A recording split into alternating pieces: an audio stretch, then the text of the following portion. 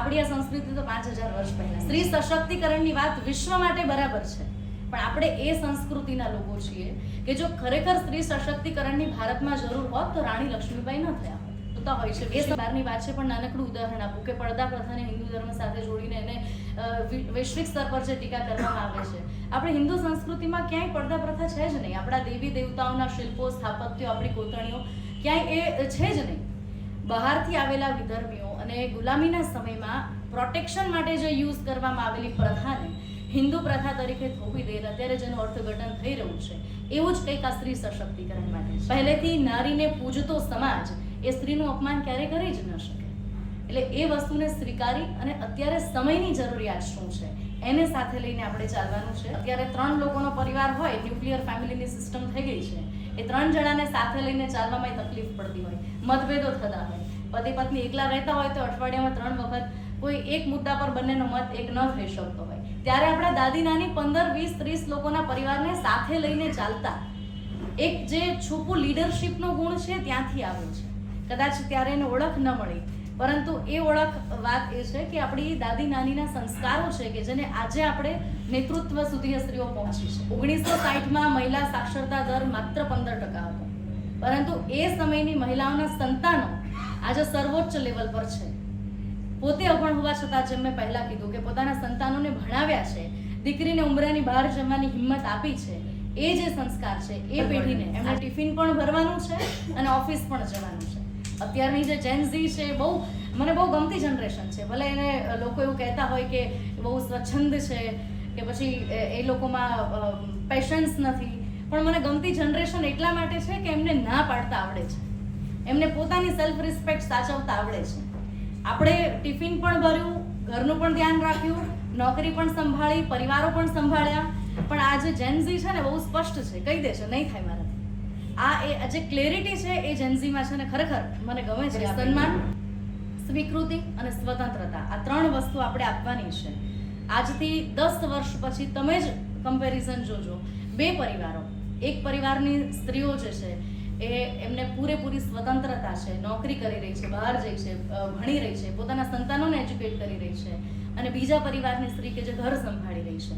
10 વર્ષ પછી બંનેના ફ્યુચરની તમે કમ્પેરિઝન કરો તો તમને અત્યારે કલ્પનામાં પણ દેખાશે કે બંને પરિવારથી કયો પરિવાર વધારે સમૃદ્ધ હશે. એ પારિવારિક મૂલ્યોની દ્રષ્ટિ પર, એ પૈસાની દ્રષ્ટિ પર, સમૃદ્ધિની દ્રષ્ટિ પર, સમાજમાં એક સ્થાનની દ્રષ્ટિ પર, દરેક જગ્યા પર જો સ્ત્રીને સ્વતંત્રતા આપવામાં આવે તો એ લેવલ પર પહોંચી શકે. લડી રહી છે. કોઈક એવું કહે છે કે સ્ત્રી અબળા છે, પણ હું કહું છું કે માત્ર કલ્પના છે. સ્ત્રી શબ્દનો અર્થ જ કલ્પના છે. એને તમે જે આપો ને એ પોતાની કલ્પનામાં વિસ્તારી અને એને એ રૂપમાં લાવી શકે કે જેનો તમે વિચાર પણ ન કર્યો હોય. જરૂર છે માત્ર એને પ્લેટફોર્મ આપવા. આજે સ્વતંત્રતાની આઝાદી જ્યારે સ્ત્રીને મળશે, આજે પણ એને 5 વસ્તુઓ માટે પૂછીને કરવું પડતું હોય તો વુમન એમ્પાવરમેન્ટની જરૂર છે, બાકી નથી. એટલે સ્વતંત્રતા જ્યારે મળશે એ ખૂબ જરૂરી છે. અત્યારે આટલા દિવસથી જે સ્ત્રી સશક્તિકરણની વાતો સાંભળ્યો ને એમાં તો એવું લાગે કે જાણે અઠવાડિયા પછી પુરુષોને ડરવાનો સમય આવી જશે કે આટલું બધું સ્ત્રીઓને એમ્પાવર કરી લેશે તો પુરુષો ક્યાં જશે. પણ ખરેખર આ જનરેશનના પુરુષો બહુ સમજદાર છે. હું જેન ઝી પેઢીના જેટલા પણ પેરેન્ટ્સ જોઉં છું નવા, એટલી સરસ રીતે એ લોકો ઘર પરિવારને પણ સંભાળે છે, સાથે નોકરી પણ કરે. પેરેન્ટિંગથી લઈ, ઘરના કામથી લઈ, અને અત્યારની જે જેન ઝી જનરેશન બહુ જ ક્લિયર છે કે સાથે મળીને બધું કરી લઈશું. આ સમાનતાની જરૂર હતી જે હવે આવી ગઈ છે. આનાથી વધારે એમ્પાવરમેન્ટની ખરેખર જરૂર નથી. હવે જરૂર છે 2 જનરેશન વચ્ચેના ગેપની, જે આપણે મુખ્ય વાત કરી. સંસ્કારવાળી પેઢી ખૂબ સારી, સંઘર્ષવાળી પેઢી ખૂબ સારી, અને અત્યારે આપણી જે સમૃદ્ધ પેઢી ખૂબ સારી, પણ એ ત્રણેયને સાથે લઈને કેવી રીતે ચાલી શકાય? કારણ કે 2 વિચારધારા અહીંયા ભેગી થાય છે. એક જનરેશનને એવું છે કે 2 કિલોમીટર ચાલી જઈએ તો 50 રૂપિયા બચી જાય. બીજી જનરેશન એવી છે અડધી કલાક થશે, 5 મિનિટમાં પહોંચી જઈએ. એક પેઢીને સમય બચાવવો છે, એક પેઢીને પૈસા બચાવવા છે. બંનેને સાથે લઈને કેવી રીતે ચાલી શકાય એના પર વિચાર કરીએ તો કદાચ ખૂબ સારું પરિણામ આપણને મળે. કારણ કે જેમ મેં વાત કરી, અત્યારના જે પેરેન્ટ્સ છે, એક દિવસ વુમેન્સ ડેના દિવસે તો બધા બહુ સરસ વાતો કરે કે કાલથી તો આમ સ્ત્રીઓની જિંદગી આમ એકદમ વિચારવા લાગે, કલ્પનાની દુનિયામાં સ્ત્રી ખોવાઈ જાય. હું પણ એક મહિલા સન્માનના કાર્યક્રમમાં ગઈ હતી ને ત્યાં એટલી સરસ વાતો અને એવોર્ડ આપો એમ થયું કે કાલથી તો બસ લાઈફમાં કંઈ કરવાનું જ નથી, એમ આપણે રાજા બની ગયા. પણ બાકીના 364 દિવસ તમે શું આપો છો એના પર વિચાર કરવાનો છે. એના માટે આપણી જે જનરેશનના લોકો છે ખાસ કરીને તમારી જનરેશનના લોકો, આવનારી પેઢીના જે લોકો છે કે જેમના લગ્ન કરવા જઈ રહ્યા છે, તો દીકરીને શીખવાડીએ કે રોટલી કેવી રીતે ગોળ બનાવે, સાથે દીકરાને શીખવાડીએ કે સાંજે ઓફિસથી આવીને રસોઈ કરતી હોય તો તું કપડાં વાળી દે છે, એમાં કંઈ વાંધો નહીં. એ કદાચ દીકરાને નવરાવી દે તો તું એને કપડાં બદલાવી દેજે, આટલું કરવામાં કંઈ વાંધો નહીં.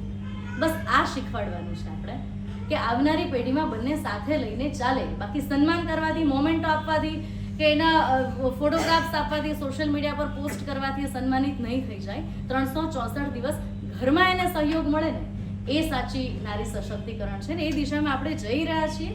એની મને ખૂબ ખુશી, કારણ કે સ્ત્રીઓને તમે જે આપો ને એ ડબલ કરીને આપો. એના પાસે બધું અખૂટ છે.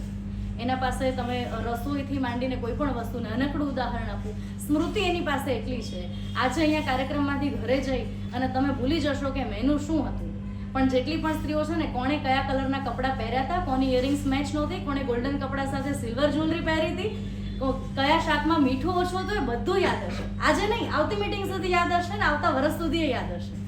એટલે સ્મૃતિથી માંડી અને સમજણથી માંડી અને હું જે કહું છું કે સહન શક્તિ દરેક પાસામાં તમે જે જુઓ, સ્ત્રી પાસે અખૂટ છે, વધારે છે. જેની પાસે સૌથી વધારે હોય, જે મેં પહેલા કીધું, સર્જન કરવાની તાકાત જેનામાં છે, પુરુષને જન્મ જેણે આપ્યો છે, એ સ્ત્રીને તમે કેવી રીતે સશક્ત કરે? હજુ પણ સમાજના અનેક હિસ્સામાં ભેદભાવ છે. હજુ પણ અનેક જગ્યાઓ પર તમે જાઓ, હજુ પણ મને તો એવું લાગે કે ઘણા બધા ડૉક્ટર્સની સ્કીમ હોય છે કે એમના હોસ્પિટલમાં દીકરીનો જન્મ થાય ને તો પૈસા નહીં લઈએ. ખૂબ સારી વાત, ચાવકરદાયક પગલું છે, પણ એવી સ્કીમ આપવી પડે છે ત્યાં વિચારે છે કે આજનો પુરુષ ઈચ્છે છે કે મારા ઘરે દીકરીનો જન્મ થાય, પણ એના ઘરમાં એના માતા પિતા પણ ઈચ્છે. હવે કદાચ એવું સ્ટાન્ડર્ડ બનતું જાય છે કે દીકરા કરતાં દીકરી જન્મે તો વધારે ખુશી, વધારે ઉજવો, વધારે સેલિબ્રેશન કરો એટલે ઓછું ન આવે. પણ ઓછું આવે એવો વિચાર જ કેમ આવે? દીકરો છે કે દીકરી છે, અમારું સંતાન છે અને બંને પક્ષે અમારા માટે એટલો જ મહત્વનું છે. આ વિચાર આવે પછી આ પ્રકારના સ્ત્રી સશક્તિકરણ કે મહિલા દિવસની જરૂર નહીં પડે. પછી ત્રણેય પેઢી સાથે આવીને જીવશે એવું મને ચોક્કસ લાગે છે. લૈંગિક અસમાનતાનો જે શિકાર આપણે અત્યારે છીએ, શિક્ષણ, આરોગ્ય, રોજગાર બધા જ ક્ષેત્રોમાં અત્યારે પુરુષ સમૂહની સ્ત્રી થઈ છે. જેમાં પુરુષનું સેક્ટર કહું તો એ પાયલટથી માંડી, ડિફેન્સથી માંડી, ડૉક્ટર, એન્જિનિયર, મિકેનિકલ, ઇવન શ્રમિકો તમે જોતા હશો રોડ પર કે એમાં પણ એવું નથી કે માત્ર પુરુષો મજૂરી કરે છે. પુરુષના લગતા કમાવાના દરેક ક્ષેત્રમાં જો સ્ત્રી આવી શકતી હોય તો સ્ત્રીનું ક્ષેત્ર તો બહુ નાનું છે. એનું રસોડું, એનો રૂમ અને એના બાળકો છે. આપણે ત્યાં સુધી કેમ ન જઈ શકીએ? એને કેમ મદદ ન કરીશ? બાળકોના ઉછેરમાં, બાળકોના સાર સંભાળ રાખવામાં, ઘરને સાચવવામાં. કારણ કે સ્ત્રી પાસે તાકાત છે નાનામાં નાની વસ્તુને, એ ફાટેલા કપડાને સાંધી શકે, તૂટેલા બટનને જોડી શકે, શાક બીજા દિવસનું વાસી છે અને નવો તડકો લગાવીને તમને એવી રીતે આપે કે તમને ટેસ્ટમાં ખબર ન પડે. બગડેલી બધી જ વસ્તુને સુધારતા એ સ્ત્રીને આવડે છે. તમારી બગડેલી જિંદગીને જો એ સુધારી શકે છે તો એ સુધારા માટે એને સન્માન કેમ ન મળે? કદાચ આખો દિવસના થાક પછી સાંજે તમે એને એક નાનકડી કામમાં હેલ્પ કરી દો. હું તો કહું છું, જમીન તમારી થાળી તમે જગ્યા પર મૂકી દો ને તો એ ખુશ થઈ જશે કે આજે મારું આટલું કામ ઓછું. એ વસ્તુ સ્ત્રીને ક્યારેય મોટી ખુશીઓની જરૂર હોતી જ નથી. ખૂબ નાની નાની વસ્તુમાં એ ખુશ થઈ જતું પાત્ર છે ને એટલા માટે મને બહુ ગમે છે, કારણ કે સૌથી વધારે સહન શક્તિ સ્ત્રીને આપી છે. હું બહુ પુરુષ અને સ્ત્રીની તમે તુલના કરો ને તો પુરુષને મિલનમાં પણ વિરલ લાગે, મળ્યા પછી પણ એની 10 બાબતોની કમ્પ્લેન હોય, એ સતત વાત, અને સતત ઓછું જ પડે. અને સ્ત્રી એવી વ્યક્તિ છે કે વિરહ હોય ને એમાં એની કલ્પનામાં મિલન હોય. દરેક વસ્તુને સારી રીતે જોવાનું પાસું એ સ્ત્રી પાસે છે. અને અર્ધનારેશ્વરની કલ્પના એટલે જ મને ગમે કે સ્ત્રી અને પુરુષ બંનેમાં જે ઉત્તમ છે એને ભેગું કરીને કંઈક સર્વોત્તમ એ જ જીવનમાં જો અપનાવી દઈએ તો એનાથી વધારે પછી પેરેન્ટિંગની જરૂર નથી, મેરેજ કાઉન્સિલરની જરૂર નથી, કોઈ પણ પ્રકારનું મેન્ટલ કાઉન્સિલિંગની જરૂર નથી. બે જ વસ્તુઓ સ્વીકારવાની છે જ્યારે જીવનના બે પૈડા તરીકે સ્ત્રી અને પુરુષ હોઈએ કે મારામાં શું સૌથી ઉત્તમ છે અને તમારામાં શું સૌથી ઉત્તમ છે એ બંનેને ભેગું કરીએ અને આવનારી પેઢીને આપણે સર્વોત્તમ આપીએ તો એનાથી વધારે રૂડું અને રૂપાળું બીજું કંઈ જ નહીં હોય. કારણ કે આવનારી પેઢી આપણે એવી ઘડવી. કારણ કે અત્યારે મોડર્નાઇઝેશનનો અર્થ એ નથી કે આપણે આપણા સંસ્કારોને ભૂલી જઈએ.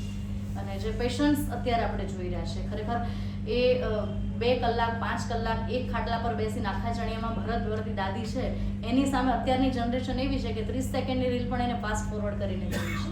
એટલે આ જે જનરેશન ગેપ છે એને ક્યાંક ને ક્યાંક, અને એ બંને સાથે રહેશે તો કદાચ ભરી શકશે. એન્ડેવોના નામની એક સુમેરિયન કવિયત્રી છે. એમણે વર્ષ ઈસવીસન પૂર્વે 2300ની સાલમાં કંડારાયેલા જે પથ્થરો હોય એમાં પરથી કવિતાઓ મળી છે, જેમણે સ્ત્રી વિશે પહેલી કવિતા લખી.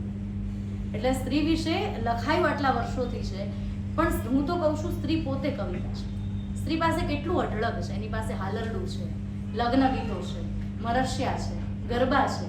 જીવનની દરેક પરિસ્થિતિને ઉજવવાની જે વાત છે એ સ્ત્રી પાસે છે, અને ઉજવણીમાં આપણે તો ખાલી સહભાગી થવાનું છે. ખૂબ સરસ કર્યું, આજે હું તારી સાથે છું. બસ આટલું જ કહેવાનું છે. કરે છે એ બધું, એ 5000 વર્ષોથી કરે છે, એ આજે પણ કરશે અને ભવિષ્યમાં પણ કરશે. પણ મૂળ વાત એ છે કે સ્ત્રીઓએ હંમેશા રાહ જોઈ છે, આટલા વર્ષો પછી પણ રાહ જોઈ છે. હવેની પ્રતીક્ષાનો અંત આવે, એ શબરી હોય કે પછી લક્ષ્મણની પત્ની ઉર્મિલા હોય, સ્ત્રીએ હંમેશા રાહ જોતા શીખ્યું છે, એટલે એનામાં ધીરજ આવી છે. અને એ જ બંને પ્રતીક્ષા આજે જાણે નારીની આંખો થઈ હોય એવું મને લાગે. નારીના હૃદયના ભાવની વાત કરીએ તો ઝવેરચંદ મેઘાણીની ચારણ કન્યા યાદ આવે કે એનાથી વધારે એમ્પાવરમેન્ટની વાત બીજી કંઈ ન હોઈ શકે. એમણે એમની લાઈફમાં બહુ બધું જોયું છે, બહુ બધું સમજ્યું છે, બહુ બધું અનુભવ્યું છે. એટલે કદાચ હું એ કહેવા માટે ખૂબ નાની પડું, પણ જે સંઘર્ષ સાથે તમે પસાર થયા છો એ આવનારી પેઢી નથી કરી શકવાની, કારણ કે એ લોકોમાં એટલું પેશન્સ જ નથી. જેમ મેં હમણાં કીધું, એ 30 સેકન્ડની રીલ જોવા માટે પણ ફાસ્ટ ફોરવર્ડ કરતી હોય તો એ તમારી સાથે 2 કલાક બેસીને વાત ન કરી, પણ એને 2 કલાકમાંથી 15 મિનિટ સુધી પણ તમે લાવી શકો. એની સાથે આપણે બેસી શકીએ, એની સાથે વાતો કરી શકીએ, આપણા ભૂતકાળને એમને કહી શકીએ, કંઈક એવું કરીએ કે એમનો જે જુસ્સો છે, એમની જે આશા છે, એમની જે ભવિષ્યની મહત્વકાંક્ષાઓ છે, એને આપણે સાથે જોડી અને કંઈક એવા સમાજનું નિર્માણ કરીએ કે આવનારી પેઢી, જેમ અત્યારે ઘણા બધા લોકો કહે છે કે દિશાહીન છે, વિચારહીન છે, જેનઝી, જેને નામ જોઈએ તો નેપાળમાં આખી સરકાર ઉથલાવી દીધી જેનઝીએ ભેગા થઈને, ખરેખર એ દિશામાં આ પેઢી જે જઈ રહી છે એને આપણે કેવી, કારણ કે આપણે બહુ મૂલ્યવાન દેશની મૂલ્યવાન સંસ્કૃતિના લોકો છીએ. અત્યારે વૈશ્વિક પરિસ્થિતિ આપણે બધા જાણીએ છીએ કેટલી ખરાબ છે, છતાં પણ આપણે અહીંયા શાંતિથી બેઠા છીએ. એનું કારણ એ છે કે આપણા મૂલ્યો, આપણા સંસ્કાર છે, અને ક્યાંક ને ક્યાંક એ ધરોહરથી આપણને જોડી રાખે ને. જ્યારે હું હંમેશા કહી દઉં છું, સ્ત્રી સશક્તિકરણની વાતો સ્ત્રીઓ સાથે કરવાની જરૂર નથી, કે પુરુષો સાથે કરો, કારણ કે એક સ્ત્રી જ્યારે આગળ વધે ને એની પાછળ 2 જ કારણ હોય. એક પિતાનો ભરોસો હોય અને પતિનો સાથ હોય. આ 2 મળે ને એટલે દુનિયાના કોઈ પણ ઉંબરા સુધી એ સ્ત્રી પહોંચી શકે. અને આપણે અનેક ઉદાહરણ જોયા છે. સફળતા એ ક્યારેય સિંગલ પ્લેયર ગેમ નથી. એ માત્ર ગમે તેટલી પ્રતિભાશાળી સ્ત્રી હોય, એ સહયોગ વગર, એકબીજાના સાથ વગર ક્યારેય કશું જ નથી કરી શકવાની. કદાચ આપણને એવું થાય કે 40-50 લોકોના વિચારોમાં થોડો ઘણો ફેરફાર આવે, એનાથી શું ફેરફાર આવશે? પણ કદાચ આપણા વિચારોના ફેરફારથી, આપણા ઘરમાં થયેલા વર્તનના ફેરફારથી, આપણા આજુબાજુના લોકો, આપણા ભાઈ બહેનો, આપણો પરિવારથી આપણો સમાજ, અને સમાજથી આખું રાષ્ટ્ર છે, એમાં ફેરફાર આવી શકે. શરૂઆત હંમેશા એક વ્યક્તિથી જ થતી હોય છે. એ વ્યક્તિ એ સમાજમાં પરિવર્તન લાવવાનું કારણ બનતો હોય છે.